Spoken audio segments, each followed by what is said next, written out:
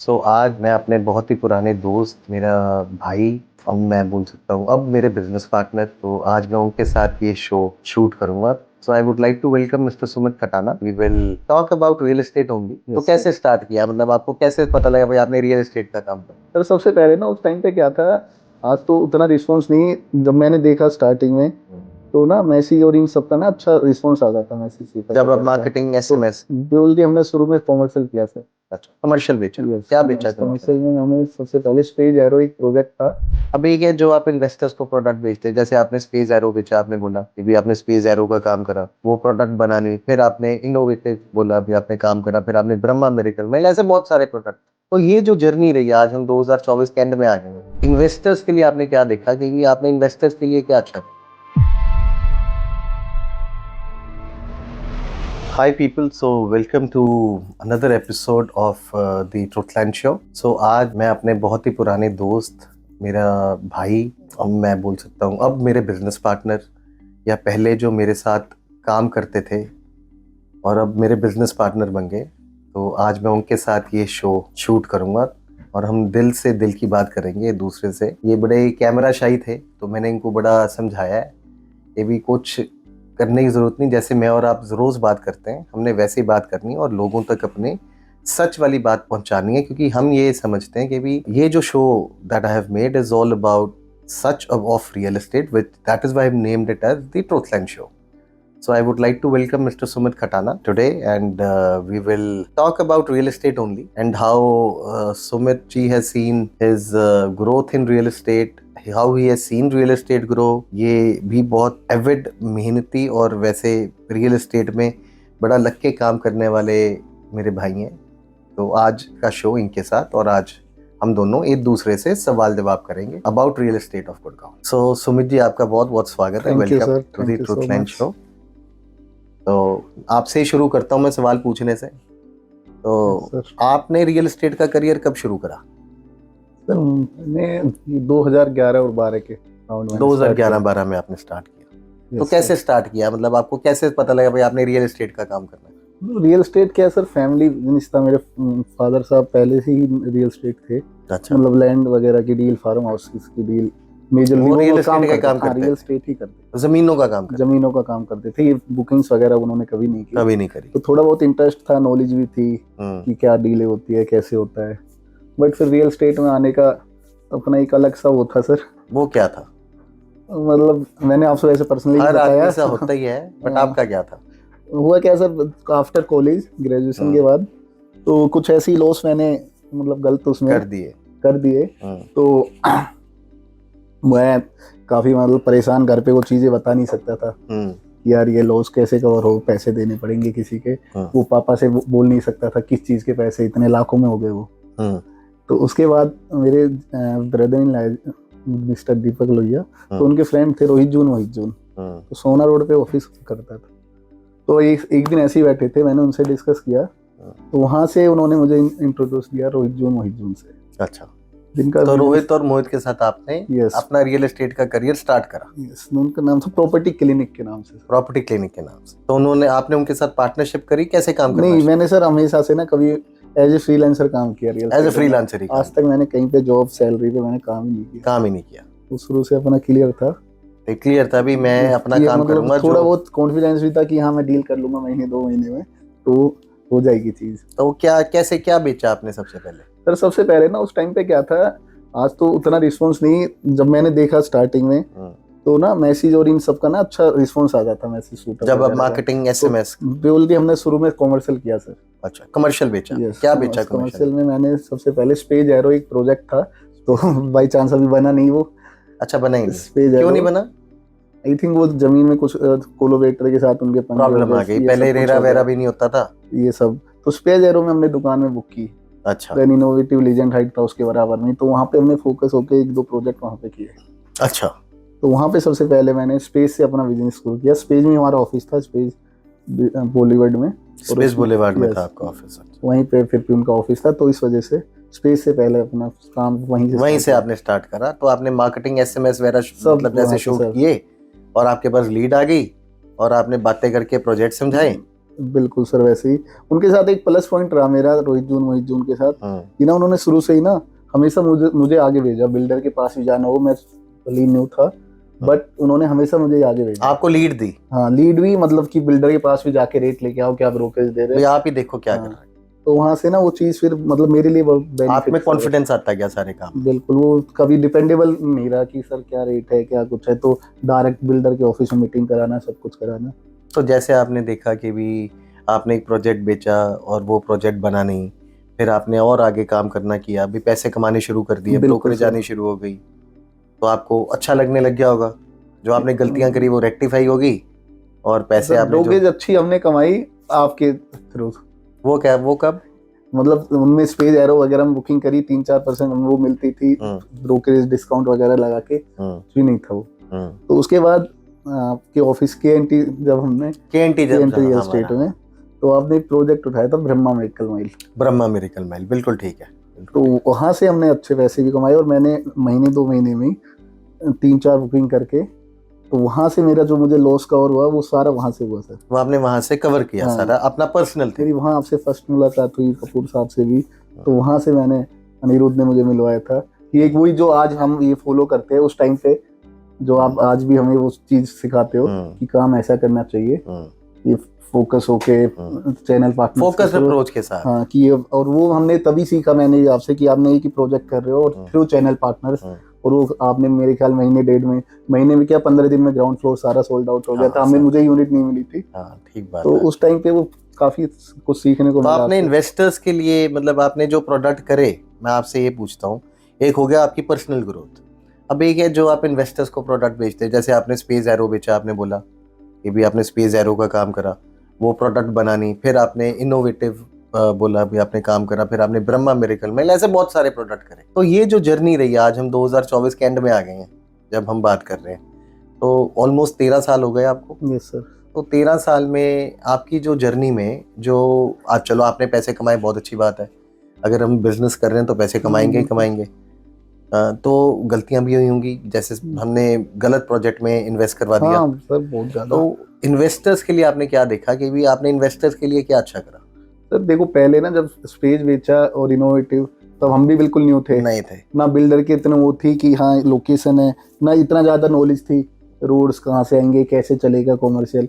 ये एक तो ये शुरू में ये था जब न्यू थे बिल्कुल, यार इसकी ऐड की है, इसका रिस्पॉन्स आ गया कि बिल्डर ऑफिस में मीटिंग करी, वो क्लोजर हो गया, बेच रहा है, बस ये था कि बेच के वो हो गया, मतलब वो दिमाग में था ही नहीं।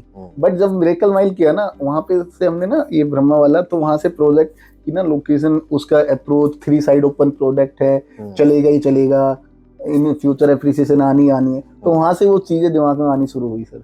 वहां से इन्वेस्टर, तो आज भी मेरे वो इन्वेस्टर अच्छे हैं, मदान साहब थे जिन्हें मैंने 2-3 दुकानें दी, तो आज तक वो जुड़े हुए हैं, वो खुश है। हाँ बिल्कुल। उसके बाद आपने ये देखा अपनी जर्नी में कि भी अगर आपने उस इन्वेस्टर को सही प्रोडक्ट बेचा तो वो आज भी जुड़ा हुआ आपके साथ। बिल्कुल सर। और अगर आपने किसी इन्वेस्टर को गलत बेच दिया तो डेफिनेटली उसके पैसे लॉस में चले गए, तो वो खुश नहीं होगा आपके साथ। बिल्कुल है, बट उसमें सर हमारा भी वो नहीं था, कई बार बिल्डर फोल्ड कर गया या समझ ही नहीं थी, लॉ ही गवर्नमेंट पॉलिसीज बना पाई टाइम पे। तो कई चीजें ऐसी हुई सर। तो क्या आपने फिर रियल एस्टेट में, अब आपने देखा जैसे आप 11 से अब 2024 तक पहुंच के, आप अब गुड़गांव को कैसे क्या देखते हो कि भी क्या होगा? अब गुड़गांव में है, जैसे इतने लॉन्च आ गए, इतने प्रोडक्ट बिक गए, हमने देखा कि भी फ्लैट भी बिक गए, आपने प्लॉट भी बहुत सारे बेचे किसी कंपनी के, दुकानें भी बेच रहे हो आप, आज SEO भी बेच रहे हो, कमर्शियल प्लॉट भी बेच रहे हो।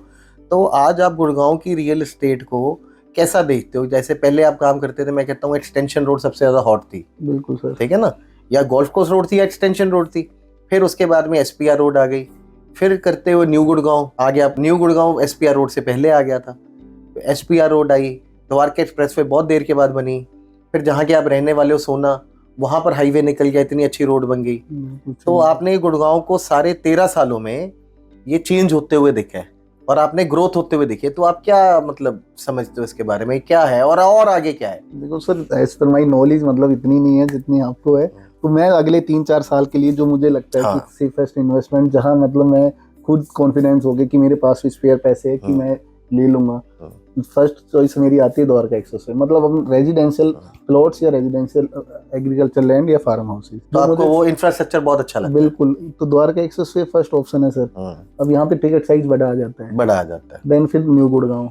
अगर मैं मतलब फोकस ही रेजिडेंशियल प्लॉट्स पे, अगर मैं अभी इस टाइम पे अगर आपके पास पैसे हों या आप किसी इन्वेस्टर को गाइड करोगे तो आप उसको यही बोलोगे कि भी आप रेजिडेंशियल प्लॉट लो। अगर टिकट साइज बढ़ा है तो नैन फार्म हाउस हम देख सकते हैं। तो आप फार्म हाउस में आपको क्यों ऐसे लगता है, एग्रीकल्चर में आपको क्यों ग्रोथ आने वाले टाइम में ना, ये 2-3 साल में, 4-5 साल में टाइम ही फार्म हाउस का जहाँ तक मुझे लगता है। और एक हमारे प्रदेशी में कहावत है कि धरती माना कभी नुकसान नहीं देती। हाँ, धरती कभी नुकसान नहीं, जमीन कभी नुकसान नहीं, जमीन कभी दे ही नहीं सकती नुकसान ना सर। तो आज मेरे को देखो, मेरा और आपका ओपिनियन इसमें सेम मैच करता है कि भी असल में हो क्या रहा है कि भी गुड़गांव में जैसे इंफ्रास्ट्रक्चर बन गया है, बहुत सारी सड़कें बन गई हैं, पहले था ही नहीं। बिल्कुल सर। तो जैसे दिल्ली में हुआ, तो मैंने दिल्ली में देखा कि भी दिल्ली में क्या हुआ, भी लोगों ने जैसे रोहिणी, प्रीतमपुरा, ईस्ट दिल्ली की तरफ रीत विहार, फिर धीरे धीरे कनॉट प्लेस और फिर ये साउथ दिल्ली की तरफ लोग जाना शुरू किए। जब यहाँ पे प्लॉट, फ्लैट, फ्लोर, मकान बन गए तो जो एक आदमी था ना, तो उसको फिर लगने लगा यार ये क्रैम्पीनेस आ गई, तो वो जाने लगा बाहर। तो वो एयरपोर्ट की तरफ आया, शिव मूर्ति की तरफ आया, घिटोरनी, छतरपुर की तरफ आया, राधा ये कौन से ये फार्म हाउसेज हैं दिल्ली में, बंद रोड के ऊपर हैं। तो ये सारी जब ये चीजें आई तब मेरे को भी अब ऐसा लगने लग गया कि भी अब यहाँ पर वर्टिकल ग्रोथ हो गई, प्लॉट हो गए, फ्लैट हो गए, तो अब जो लोग देखेंगे इन्वेस्टमेंट करने के लिए और रहने के लिए भी, बिकॉज सड़कें बन गई। आज जहाँ पर वो जमीन पे या वो उस पहाड़ के पास या उस ग्रीनरी के पास हम नहीं पहुंच पाते थे, आज हम पहुंच पाते हैं। भाई हम जाते हैं हाईवे के ऊपर, थोड़ा सा अंदर गए गांव के अंदर और हम पहुंच गए। ऐसे ये सारे फार्म हाउसेस डेवलप हुए। तो मेरे को भी अब ऐसे लगता है कि अभी जो आने वाला टाइम होगा जहाँ पे लोग फार्म हाउस खरीदेंगे और रहना शुरू करेंगे उसके अंदर आने वाले 4-5 साल में, तो यहाँ पर बहुत ग्रोथ आएगी। वो फार्म हाउस जो आज 5-6-7 करोड़ रुपए एकड़ में, हाँ, बट इसमें मैं एक ऐड जरूर करता हूँ, जैसे आपने शब्द बोला अभी एग्रीकल्चरल जमीन, मैं ये मानता हूँ कि भी जब वो एग्रीकल्चरल जमीन का लीगल स्टेटस चेंज होता है ना, लीगल फार्म हाउस, आज दिल्ली में भी हम देखेंगे भी जो लीगल फार्म हाउस है कीमत उसकी है, कीमत उसकी 50 करोड़ रुपए एकड़, 35 करोड़ रुपए एकड़, 25 करोड़ रुपए एकड़। 10 करोड़ एकड़ वाला नहीं बिकता, वो जल्दी बिक जाता है 50 करोड़ रुपए, क्योंकि लीगल है। एक तो बैंक से भी लोन मिलता है आपको, आपने स्टेटस चेंज कर दिया लैंड का। जैसे एग्रीकल्चर जमीन मास्टर प्लान के अंदर आपने ग्रुप हाउसिंग लाइसेंस लिया, आपने स्टेटस चेंज कर दिया, लाइसेंस लिया है, वैसे जब आपने farm house, legal farm house जो 1 एकड़ की पॉलिसी है, अगर लीगली आपने काम करा और लीगल स्टेटस उसके साथ काम करा, लीगल कंप्लायंस के साथ, तो मेरे को ऐसा लगता है कि भी जो आपने बोला कि भी फिर फार्म हाउसेस में अब बहुत आने वाले 4-5 साल में बहुत ग्रोथ आएगी। वो होनी है सर, एप्रिसिएशन आना है। और मुझे तो सोना एंड ये ग्राउंड भारत की तरफ फुल कॉन्फिडेंस। ये लोकेशन आपको अच्छी लगी? ये नहीं कि मैं सोना रहता हूँ, कि सोना रहता हूँ इसलिए मुझे मालूम है कि क्या अभी क्या आना है, कहाँ था, कहाँ पहुंच गया। मतलब मेरे फ्रेंड जब भी आते थे बाय रोड, मतलब बस से या वैसे, तो बात करते हुए आते थे, यार आज ने यहाँ 15-20 हजार रुपए का ये प्लॉट बेच रहे हैं, यहाँ 1.5 लाख रुपए में नहीं मिलेगा। मतलब मैं ऐसी बात करता था कि मैं खुद भी नहीं खरीद रहा हूँ, मुझे मालूम है ये हो जाएगा। मतलब ज्यादा पुरानी बात नहीं, 4-5 साल पुरानी बात है। और आज हो गया, आज वो बिल्कुल हो गया सर। आज गोल्ड आपने बेच दिया, 1.5 लाख रुपए गज का रेट हो गया, जहाँ मतलब 30 हजार में बिल्डर ने बेचे थे। ऐसी जमीन हो गई वेस्टिंग के अराउंड 1.25 करोड़ रुपए में चीजें नहीं बिकती थी 3-4 साल पहले,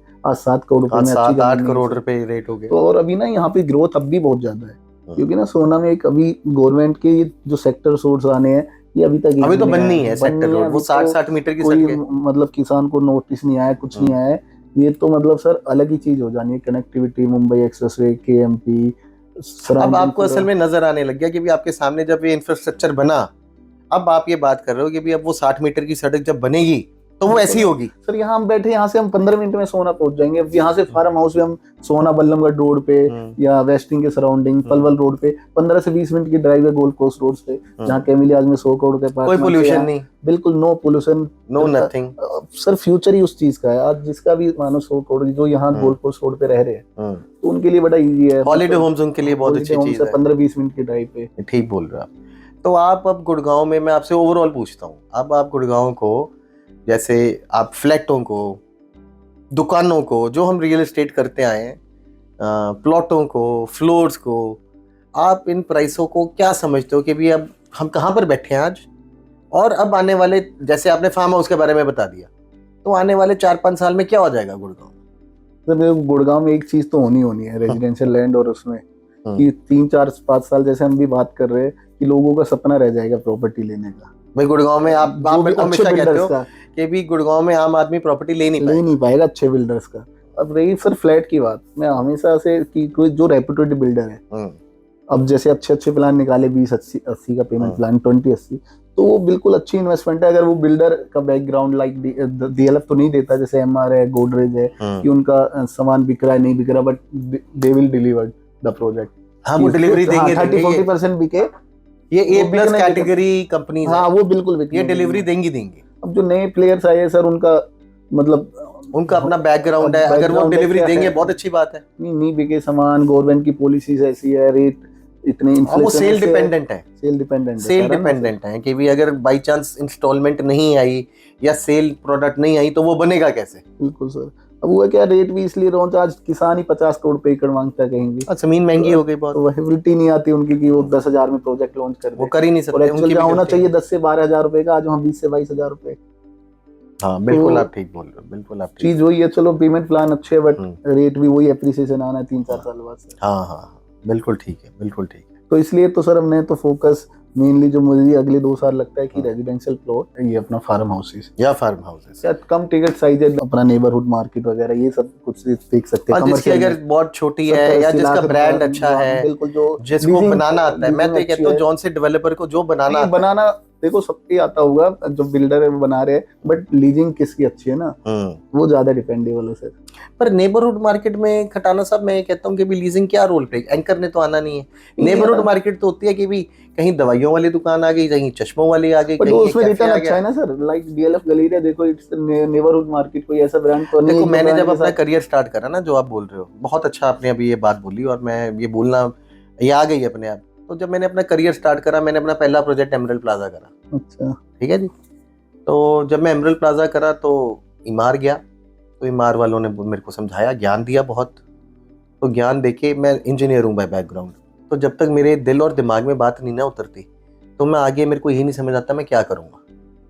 तो मेरे को वो प्रोडक्ट समझ आ गया, तो उन्होंने समझाया, तो मैं पहुँच गया जी कि भी मैं दुकान पे ब्रोशर लेके पहुँच गया अपनी जर्नी करने और दुकान बेचने के लिए, और मैंने दुकानें बेचनी शुरू करी।